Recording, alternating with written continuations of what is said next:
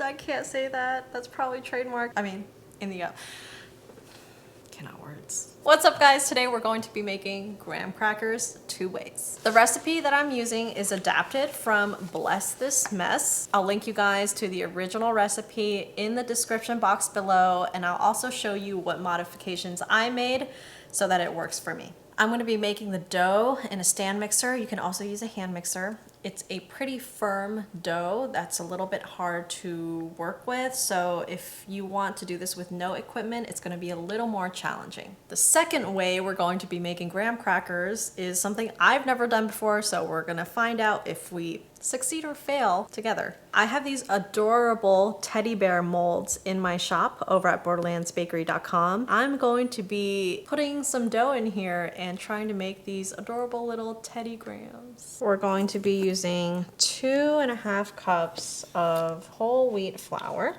And I'm putting this directly into the bowl of my stand mixer. Got cinnamon. Depending on how much you love cinnamon, use your judgment. Start with half a teaspoon. I'm going in with a full teaspoon because I love cinnamon. Half a teaspoon baking soda. Full teaspoon baking powder. A 1/3 cup of brown sugar. Give this a nice whisk. Half a cup of melted butter. I'm pouring in a 1/3 cup of honey. About a teaspoon of vanilla.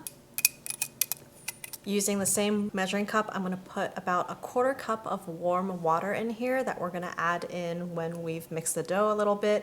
That warm water is gonna help the dough get to its final consistency. Turn it on low and give it a good mix. All right, so with the mixer still going, I'm gonna dribble in the water, the warm water. And this is what's going to help bind everything together. I know it's done because the sides of the bowl pretty clean. And now we're going to shape, portion, and bake our graham crackers. I've done the square graham crackers before, so I'm not as excited about doing that. So I'm gonna do the bears first and hope that like we can pull this off. Oh shit, that is so cute. Is that not so cute? These are so cute, but this has been very torturous. I don't know what's gonna happen to them when I bake them because I've never done this before, so we're gonna throw them in the freezer for about 10 minutes before we put them in the oven.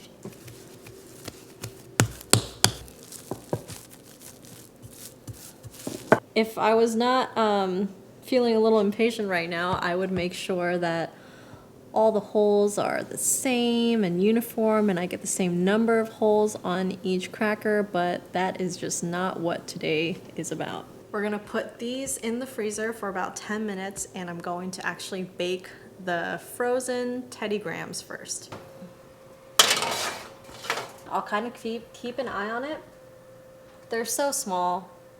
Never done this before. 14 might be too much. You know, I changed my mind. We're gonna do it for 12 minutes. And then we'll reassess. So I ended up baking for 12 minutes and I think that's right because they're a little bit brown and they kept their shape for the most part. They did do a pretty good job. They're a little bit brown on the bottom and they're going to cool down and finish baking and crisp up during the cooling down process. Oh, that guy's face split open. But they look pretty good, honestly. Yeah, I think this is a really cute project. It's very endearing. So look at these cute teddy bear graham crackers. So cute. Adorbs. They turned out well. You can't see every single detail, but I would say they kept the detail pretty well. Agreed. So this is a moldable recipe. It will take forever, but you know. But worth the effort, because look how cute they are. Clay, shall we? Mm-hmm. Taste test. I'm gonna pick an ugly one. Ready? Cheers.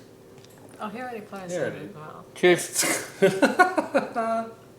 These graham crackers are for ourselves and ourselves only.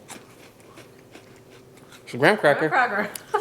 It's a graham cracker. What is a graham cracker? So you saw what the teddy graham crackers look like. These are what the quote regular ones look like. So they don't expand or puff very much and they should be like crisp all the way through. As they cool after baking, they will harden up. Keep them in an airtight container for about 2 weeks, or you can freeze them for about 3 months.